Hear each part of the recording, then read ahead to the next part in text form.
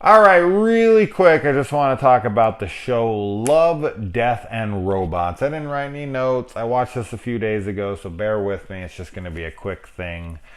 This is an animation anthology series consisting of 18 episodes, ranging between 17 and I think the lowest is like 8 minutes.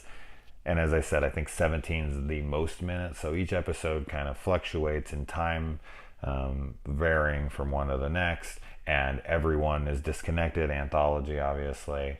And all the animation styles are completely different. So one, you get a traditional kind of animation, and the other one, you can get like full blown CGI. You can get all sorts of different things. So you get a lot of bang for your buck here with this show. You get horror, you get sci-fi, you get action, you get all these different things kind of blended together from all different directors, all different writers, all different. It's just a huge collection of talent kind of making this show. And man, what a ride. What a really cool, pretty quick altogether. I want to say the thing runs maybe the length of like two films, maybe, or a film and a half or something. It's not a long watch, but man, you get a lot of really cool inventive ideas here. They're quick, so they don't overstay their welcome. Some of them understay their welcome, and you could see an entire freaking film out of them, or multiple films. There was a couple. There were some that reminded me of other stuff. There was one that reminded me a lot of like Alita Battle Angel. My favorites, I have to point out, episode 7, which I don't remember what the title was, but the animation in that alone, it's like a CGI and it looks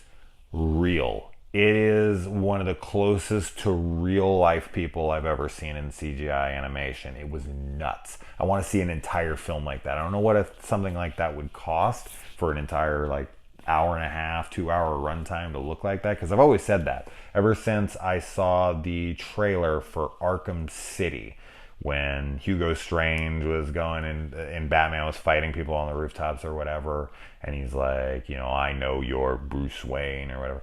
That trailer blew my mind, and I was like, why don't we get a Batman movie like this? Why can't I get a animation CGI movie like this? Because it would be very expensive, I'm sure. I don't know how much that trailer would cost. Or the Knights of the Old Republic, or the Old Republic. I think it's the Old Republic. Star Wars. I've never played those games. Weirdly, I know it's crazy. People will probably be shocked to find that out, but I've never played Old Republic or Knights of the Old Republic. Crazy. But the trailers, those new trailers that they have for that game, unreal. Those are my favorite things Star Wars I've ever seen on screen.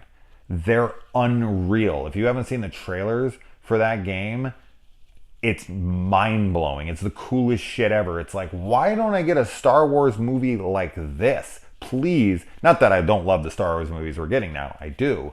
But I would love to see something like that. Go CGI. It's fine. I'm fine with it. It looks incredible. So this episode 7 is like that. It just kind of reminds you of how fucking amazing that stuff can be and what the future holds. Like, are we even gonna need actors at some point? Yes, I'm sure there's motion capture going on and whatnot, and obviously Andy Serkis and company are pushing that into the forefront of what technology will bring to the platform, or well, the media as we know it. But yeah, it's a really cool episode. It gets really trippy. A lot of these get really trippy. There's a lot of mind fuckery going on in here. There's another one that I really liked. I think it might be like episode 14 or something, and it's called Something Blue. Should have wrote it down. As I said, I didn't take notes, and the titles of the things are all kind of blending together. Something Blue. And that one's wild, man. It'll, like, if you were stoned watching that, you'd be sitting there like having to press pause and be like, oh my god, I gotta rethink my life. Like, it gets really trippy.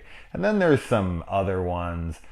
I would say the least of them I thought were okay or fine. So nothing was like that was garbage. I didn't hate any of them, but so the worst you're gonna get in from my perspective was good, okay.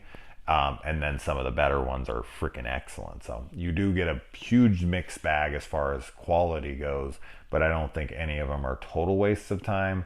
Although there is one that is really way out there. And I'm blanking on what the hell it's about. It's like a takeover of something, and it just keeps. Oh, it's the Hitler one. Yeah, the Hitler one. And it just shows different scenarios of Hitler's death and what could have happened.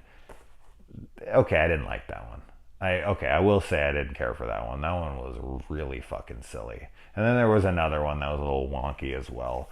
But overall, a really cool show. I know there's a lot of anime people out there. This isn't like, not a lot of these are anime. There are a couple that are. The one that reminded me of Alita Battle Angel. That one's nuts. That's the one I really liked and wanted to see explored in a film series. There's like these changelings or something that they're chasing, and it's wild stuff. It's cool imagery. It's very imaginative, and you're like, I would love to see that explored. There's a few of these you could take those stories and expand on them greatly, and I would absolutely pay attention. And then some of them definitely work well as shorts, and that's all they should be. So anyway, guys, what did you think of this? If you've watched it, if you haven't watched it, check it out. At least watch a couple episodes. Definitely watch episode 7 for sure, because you got to see it. And the guy in it looks like Wolverine. He looks like freaking Hugh Jackman. It's nuts. I don't know if that was done on purpose or whatnot, or what the actor actually looked like. That was probably motion capturing for them, or if they even did motion capture. I don't know. But it was fucking wild. It was wild. You watching it, and half the time you're like, is that real? I can't tell. It's nuts. And the last one is very similar to that as well. Super close to real. So check it out if you haven't seen it. It's cool stuff. It's wild. It's out there. It's super sexual at times. Lots of titties, animated titties. Lots of gore, lots of freaking horror, lots of sci-fi, lots of wild imaginative things. Check it out. Let me know what you thought. Adios.